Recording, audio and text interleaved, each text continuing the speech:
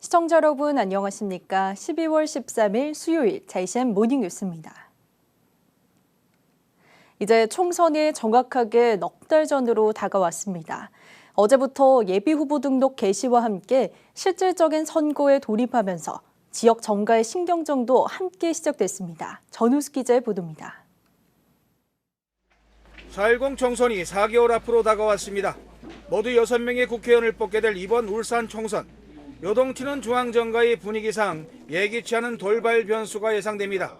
하지만 현재로서는 김기현 의원을 포함한 5명의 국민의힘 의원과 더불어민주당 이상원 의원 등 기존 의원들의 아성에 새 인물들이 얼마나 선전 또는 바람몰이를 할지가 관심을 모으는 대목입니다. 예비후보 등록 첫날 국민의힘에서는 전 박재동 국회의원이 북구 출마를 공식 선언했습니다. 직전 당협위원장이자 제19대 국회의원 출신으로 연거푸 총선과 지역 당협위원장의 고배를 마셔야 했습니다. 기자회견장에는 그간의 시련을 극복하고 와신 상담의 결의를 다지려는 듯 많은 지지자들이 함께해 박대동을 연호했습니다. 개인적으로나 국가적으로 절박한 시점에 고향을 사랑해서 14년 동안 북구를 지켜온 저의 꿈이 실현되도록 열정의 마지막 불꽃을 태우겠습니다. 지역 당협위원장의 외부 영입 또는 또 다른 경쟁자들의 도전이 예상되는 등 앞으로 넘어야 할 고비들이 많습니다. 이날 정치권에서는 남구청장 보궐선거 출마를 결심하고 활동을 펴왔던 김동칠 시의원이 서동욱 남구청장의 청장직 사퇴 철회 결정을 놓고 밀실 정치라며 규탄성 기자회견이 예고됐지만 불발로 끝나면서 갖가지 추측이 난무했습니다. 예비후보 등록 첫날부터 야권 연대를 통한 기선 잡기 움직임도 시작됐습니다. 야권 분열은 결국 패배라는 인식이 작용한 탓입니다. 위기에 처한 울산 경제를 살리려는 시민과 더불어 경찰 정권의 완성을 막고 국민 중심의 나라를 만들기 위해 제22대 국회의원 선거에서 승리를 목표로 하는 울산 민주진보연대를 제안합니다. 노동진보 성향의 동구지역 후보들도 잇따라 예비후보 등록을 알리는 기자회견을 갖고 본격적인 선거전을 시작했습니다. 노동당 이장우 울산시당 위원장이 동구에서 거대 양당을 넘어 새로운 희망을 만들겠다면서 이백윤 당대표가 동석한 가운데 기자회견을 가졌습니다. 현대중공업 노조지부장 출신의 무소속 백형록 후보도 기자회견을 갖고 위기의 조선업, 위기의 동구를 제대로 살리겠다며 지지 호소와 함께 예비후보 등록 소식을 전했습니다. 한 치 앞을 얘기할 수 없을 만큼 숨가쁘게 들어가는 중앙정가의 흐름만큼이나 울산 지역 정가 역시 어느 때보다 뜨거운 총선 열기가 조성되고 있습니다. JCN 뉴스 전우수입니다. 제22대 국회의원 선거 예비후보 등록 첫날인 어제 울산에서는 모두 11명이 후보 등록을 마쳤습니다. 국민의힘 소속으로는 남구갑의 최건 변호사와 허은욱 전 울산시 행정부 시장이 등록했고 중구의 정연국 전 청와대 대변인이 북구의 박대동 전 의원이 울주군의 장능인 미담장학회 상임이사가 각각 등록을 마쳤습니다. 더불어민주당에서는 동구 선구의 김태선 동구지역위원장에 혼자 등록을 마쳤고 진보당에서는 중구의 천병태, 남구의 조남애, 북구의 윤종호 전 의원이 각각 등록했습니다. 또 노동당의 이장호 시당위원장에 무소속으로 백형록 전 현대중공업 노조지부장 등이 등록했습니다. 울산시의회는 어제 제242회 제2차 정례회, 제3차 본회의를 열고 내년도 울산시와 교육청 당초 예산안을 확정했습니다. 내년도 울산시 당초 예산 규모는 요구액 4조 7,933억 원에서 153억 원에, 교육청 당초 예산 규모는 2조 2,319억 원에서 62억 원을 각각 삭감하고 삭감된 예산은 내부 유보금으로 전환했습니다. 본회의에서는 또 각 상임위원회와 예산결산 특별위원회 의결대로 38건은 원안 가결하고 4건은 수정 가결했습니다.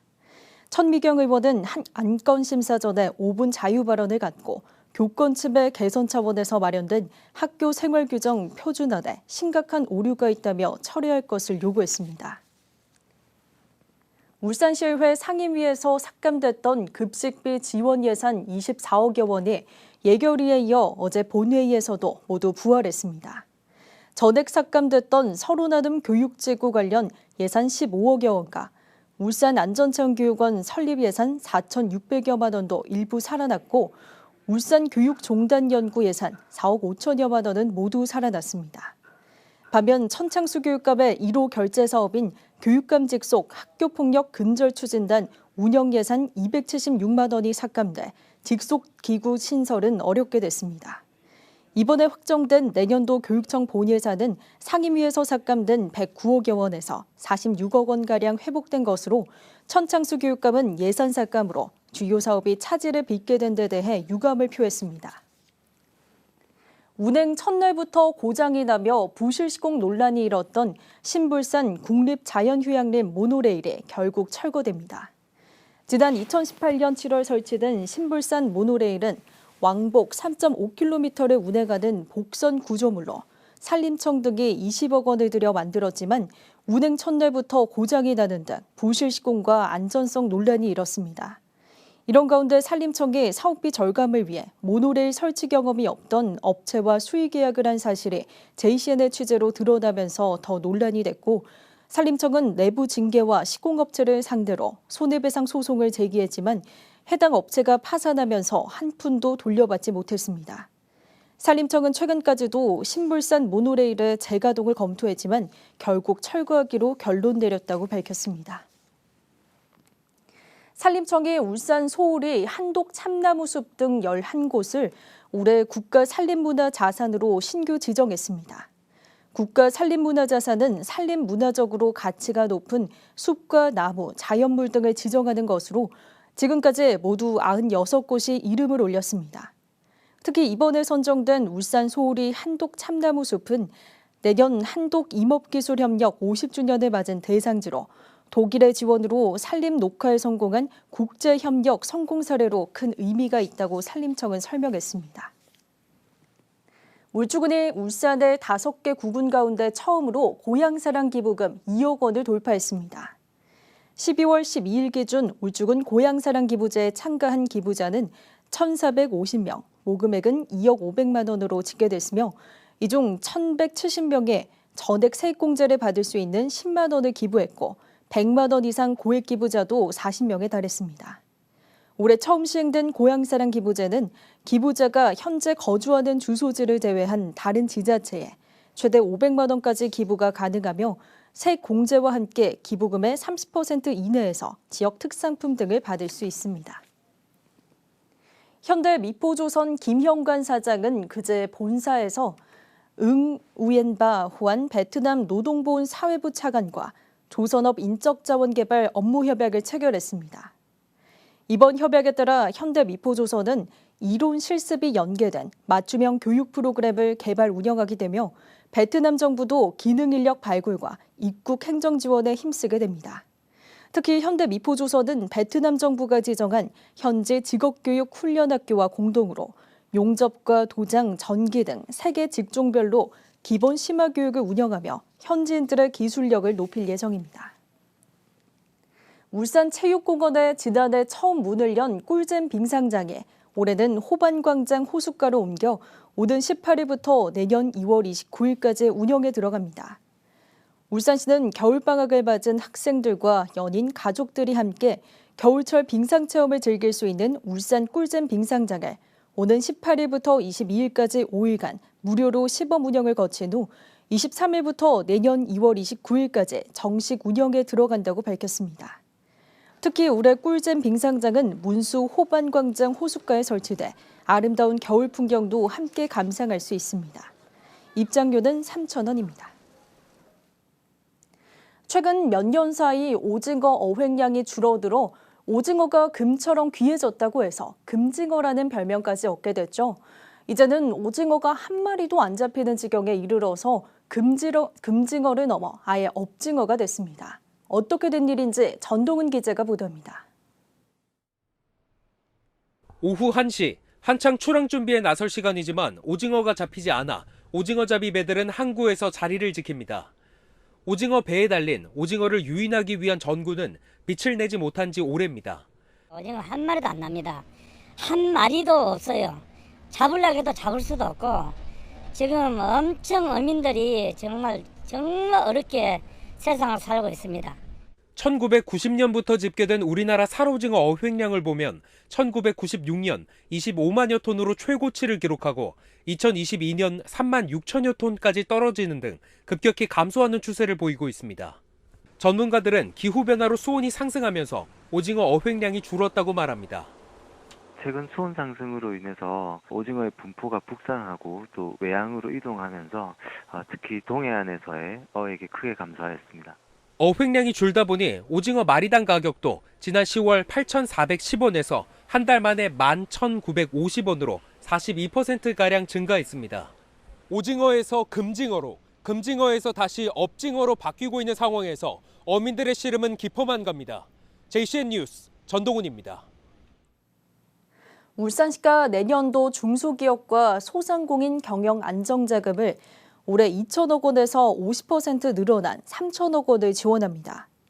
울산시는 고금리 현상으로 경영자금 유동성에 어려움을 겪고 있는 중소기업과 소상공인 지원을 위해 내년에는 중소기업에 2,200억 원을, 소상공인에게는 800억 원을 각각 지원한다고 밝혔습니다.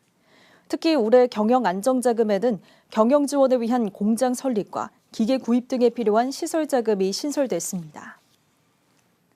울산시의회 이영애 환경복지위원장이 안전하고 깨끗한 수돗물 공급과 이용 활성화 조례안을 대표 발의했습니다. 조례안은 수돗물 이용 활성화 계획을 5년마다 수립하고 수돗물 음용률과 시설 이용 현황 등 실태조사 결과를 공개하며 시민들이 안전하게 수돗물을 이용할 수 있도록 하는 내용을 담고 있습니다. 올해 랑제문화장학상 수상자로 울산시 축구협회와 김성현 울산중구문화원 사무국장, 장성훈 울주문화원 이사가 각각 선정됐습니다. 울산시 축구협회는 제104회 전국체육대회 종합 우승 등의 공로로, 김성현 중구문화원 사무국장은 울산 마도이 축제 등의 성공적인 개최 등의 기여한공을 인정받았습니다. 또 장성훈 울주문화원 이사는 울산 언론 100년사 등 울산 문화 관련 책을 발간하며 지역 문화예술 발전에 기여한 공을 인정받았습니다. 이 밖에 울산대학교 김나경 학생 등 모범 학생에게 총 3,500만 원의 장학금이 수여됩니다. 랑제 문화장학상 시상식은 오는 21일 오후 3시에 서간동 대한적십자사 울산지사 강당에서 있습니다.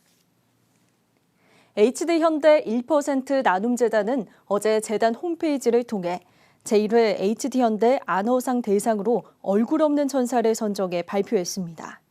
HD현대 안어상은 어려운 이웃을 위해 헌신하는 시민 영웅을 발굴해 우리 사회에 선한 영향력을 확산하는 것을 목표로 HD현대 1% 나눔재단이 올해 새롭게 제정한 상입니다. 얼굴 없는 천사는 지난 2000년 58만 4천 원을 시작으로 23년 동안 8억 8천여만 원을 남몰래 기부해 왔습니다. 언양 읍성내 유휴부지가 테마공원으로 조성됩니다. 우주군은 문화재 보호구역에 포함되지 않는 언양읍성내 유휴부지의 난개발을 막기 위해 2029년까지 최대한 원형을 유지하며 공원으로 조성하기로 했습니다. 공원은 9만 323제곱미터 규모로 체험, 향기, 자연의 뜰 3개 테마를 주제로 조성됩니다. 울산 중구의 교통안전 수준이 지역 5개 구군 가운데 가장 높은 것으로 나타났습니다. 도로교통공단이 발표한 2022년 교통안전지수에 따르면 중구의 교통안전지수는 지난해보다 0.63점 높은 82.64점으로 5개 구군 가운데 유일하게 A등급을 받았습니다. 교통안전지수는 교통사고 빅데이터를 기반으로 기초자치단체의 교통안전 수준을 평가한 자료로 사업용 자동차와 보행자, 도로환경 등 6개 영역 18개 세부 지표를 바탕으로 산출됩니다. 울산시 교육청이 진행한 올해 근골격계 질환 예방사업의 만족도가 높은 것으로 조사됐습니다. 조사 결과 전문가가 찾아가는 현장 상담 만족도가 85%로 가장 높았고 작업장 근골격계 부담 작업 개선과 울산 근로자 건강센터 프로그램 만족도가 각각 79%로 뒤를 이었습니다. 교육청은 산재학교와 신설학교 등 20곳을 대상으로 현장 맞춤 상담을 진행하고 상담에 참여한 해당 학교 급식 종사자와 청소원, 관리자 등 56명을 대상으로 만족도 조사를 진행했습니다. 유니스트와 서울재활병원이 디지털 헬스케어 기반 재활의료기술 개발과 공동연구에 협력하기로 했습니다. 양 기관은 어제 양해각서를 체결하고 기술 개발과 실증 연구와 함께 서울재활병원 기능연구센터를 중심으로 한 재활의료 플랫폼 서비스 개발도 공동으로 진행하기로 했습니다. 이번 협약으로 유니스트는 스마트 헬스케어 연구센터의 기술과 재활보조기계, AI 기반 디지털 헬스케어 서비스 등의 실증 기회를 확보할 수 있을 전망입니다. 자, 이상 모닝뉴스를 마칩니다. 함께해 주신 여러분 고맙습니다.